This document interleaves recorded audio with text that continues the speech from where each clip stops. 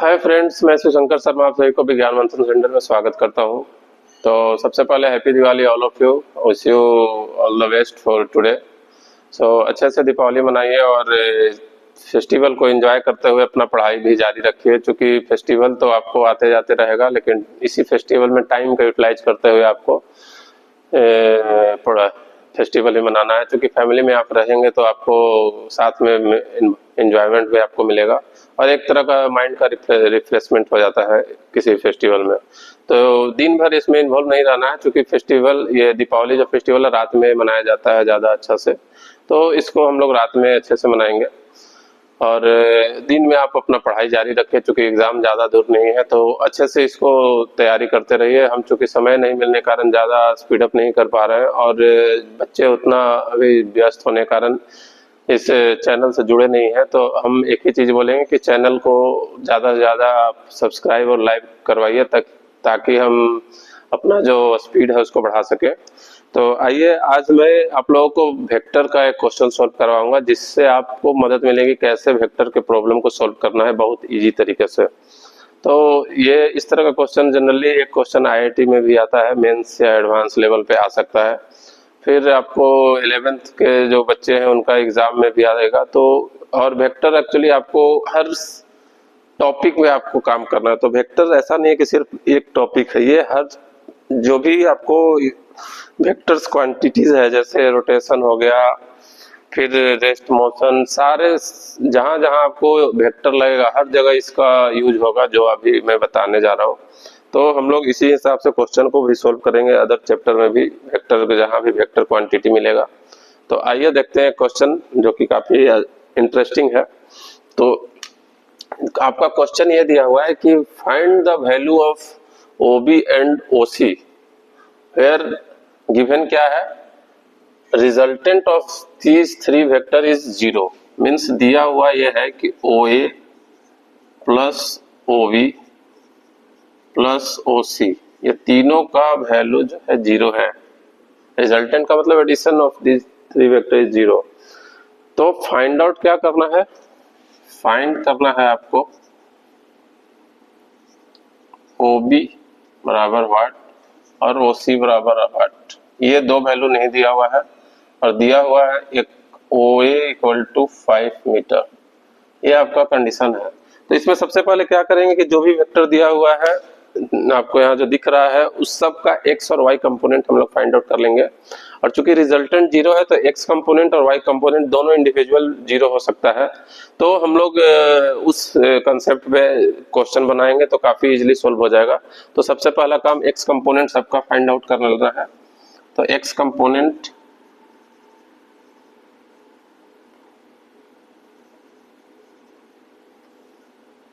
X components, तो x component of O ए हम लोग फाइंड कर लेंगे। ओ ए का एक्स कंपोनेंट क्या हो जाएगा, ओ ए कॉस 90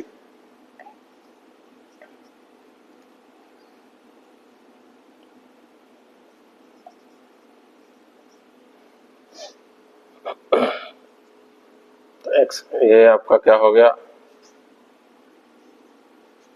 5 और कॉस 90 क्या हो जाएगा, इस पे नहीं होगा, cos 90 का वैल्यू आप लोगों को पता होगा 0 होता है, तो ये आपका वैल्यू 0 हो गया। ठीक है, फिर आपका OB का x कंपोनेंट निकालेंगे। तो ये इसका आपको पता है OB सेम तरीका से, अब इसके OB already on the x axis है, तो इसके बीच का x कंपोनेंट और थीटा का वैल्यू हो जाएगा 0। तो ये हो गया OB का, हम लोग कंसीडर कर ले रहे हैं कि OB इक्वल टू A और OC इक्वल टू कंसीडर कर रहे हैं B। तो ये हो जाएगा A cos 0 का वैल्यू 1 होता है, तो ये आपका A हो गया। ठीक है, फिर हम लोग आते हैं OC पे, OC का x कंपोनेंट और ये कितना एंगल है ये वो हम लोग देख लेंगे। ये एंगल देख लीजिए, ये आपका 45 था, ये 90 था, तो टोटल 145 हो गया। कौन और cos 135 कैसे हम लोग सॉल्व करेंगे, तो cos 135 का वैल्यू हम लोग ये आपका ओसी हम लोग बी कंसीडर कर लिए हैं, तो ये कंसीडर कर लेंगे। और cos 135 अगर याद नहीं है तो 180 माइनस थीटा कर लेते हैं हम लोग इसको। तो 180 माइनस थीटा हम लोग ऐसे लिख लेंगे, तो ये आपका 45 हो गया। और cos 180 माइनस थीटा क्या होता है, माइनस cos थीटा होता है, तो ये cos 45 हो गया। और ये वैल्यू जो था बी आपको इधर है, और इसका वैल्यू क्या निकल के आया हमारे पास, minus B by root two. ये आपका 1/√2 होता है। तो ये आपका एक्स कंपोनेंट निकल गया। अब एक्स कंपोनेंट का रिजल्टेंट हम लोग जीरो मान लेंगे, क्योंकि टोटल रिजल्टेंट का वैल्यू जीरो है, तो एक्स वाई जेड जो भी रहेगा सबका रिजल्टेंट इंडिविजुअल भी जीरो होगा। तो आते हैं रिजल्टेंट ऑफ एक्स कंपोनेंट। ये आपका रिजल्टेंट क्या हो जाएगा, सम ऑफ ऑल दीज थ्री।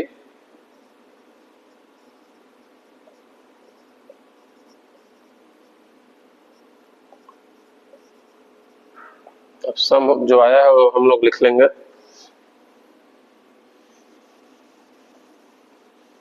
इसका जीरो था पहला का, दूसरा का आया ए, तीसरा का आया माइनस b/√2। तो ये आपका रिजल्टेंट हो गया।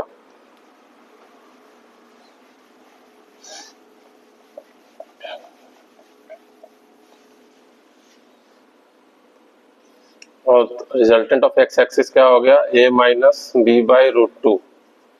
अब हम लोग y कंपोनेंट फाइंड आउट कर लेते हैं सबका। तो y कंपोनेंट ऑफ वो ये क्या हो जाएगा,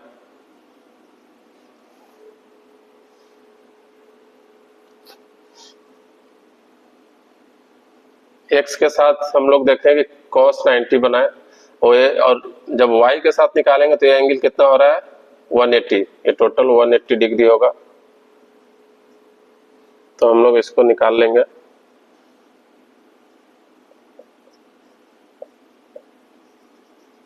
cos 180 और cos 180 का वैल्यू -1 होता है। पता है कि नहीं, भूल गए?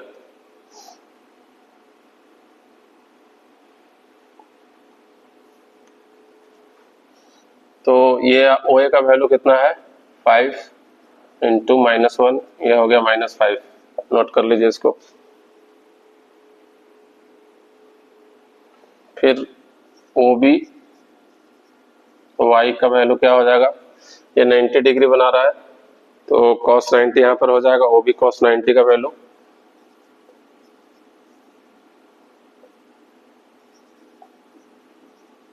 cos 90 जीरो, ये जीरो हो गया। अब हम लोग OY निकालेंगे, OC निकालेंगे Y वैल्यू।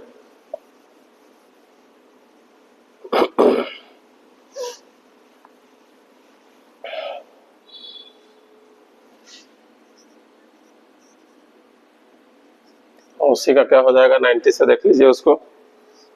तो ये 45 बना रहा है y एक्सिस के साथ, तो OC का वैल्यू क्या हो जाएगा,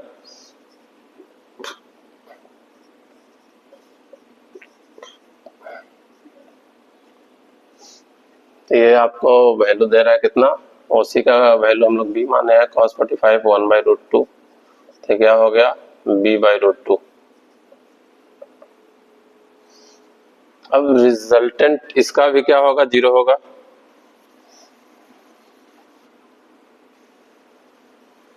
ये आपका x का था, x रिजल्टेंट, ठीक है। तो y रिजल्टेंट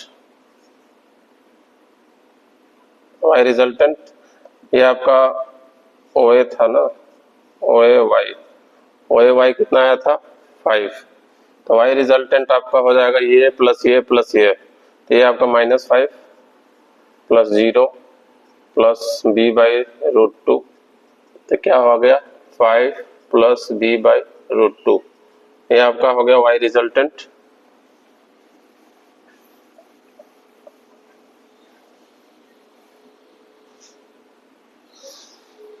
नोट कर लीजिए इतना।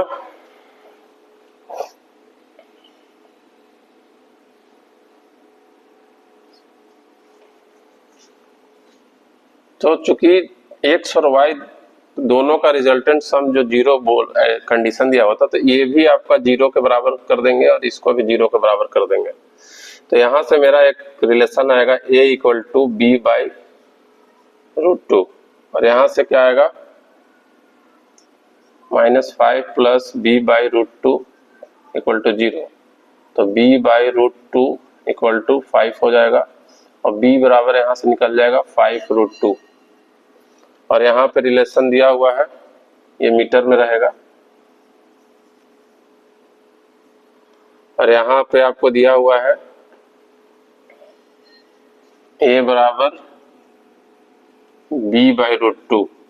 a का वैल्यू कितना हो जाएगा, दिया जो निकला वो पुट कर देंगे। तो a बराबर आपका क्या आ गया 5, और b बराबर आ गया ये। तो ये आपका सोल्व कर लिए क्वेश्चन बहुत इजी तरीके से। तो इस हिसाब से हम लोग कोई भी क्वेश्चन को सॉल्व करेंगे, काफ़ी आसान रहेगा। तो वीडियो देखने के लिए धन्यवाद। आप सभी का दिन शुभ हो, और होप दिवाली आप लोग अच्छे से मनाइएगा, और अपना पढ़ाई को मत छोड़िएगा। इसमें भी आपको दिन भर इसी में इन्वेस्ट नहीं करना है। तो इस हिसाब से क्वेश्चन को सॉल्व कीजिए तो काफ़ी इजीली सॉल्व हो जाएगा। और नेक्स्ट क्लास में मैं अगला चैप्टर को स्टार्ट करूँगा, रेस्ट एंड मोशन, उसका कुछ फार्मूलाज को डिराइव करूँगा। और मैथ्स का फिर मैं कैलकुलस से स्टार्ट करने जा रहा हूँ। कैलकुलस का इम्पोर्टेंट रहता है, क्योंकि कैलकुलस हर जगह यूज होगा आपको। तो इसमें मैंने ये फिजिक्स का कुछ सेक्शन इसमें बच गया है, मैथ्स का पार्ट, डिफरेंशिएशन, इंटीग्रेशन, जो कि आपको फार्मूला डेरिवेशन में काम आता है, तो मैं उसको भी सोल्व करूँगा।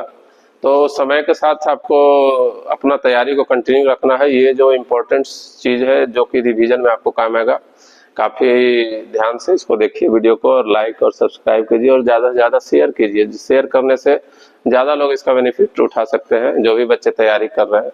तो आज के लिए इतना ही, धन्यवाद। हैप्पी दीपावली वंस अगेन, धन्यवाद।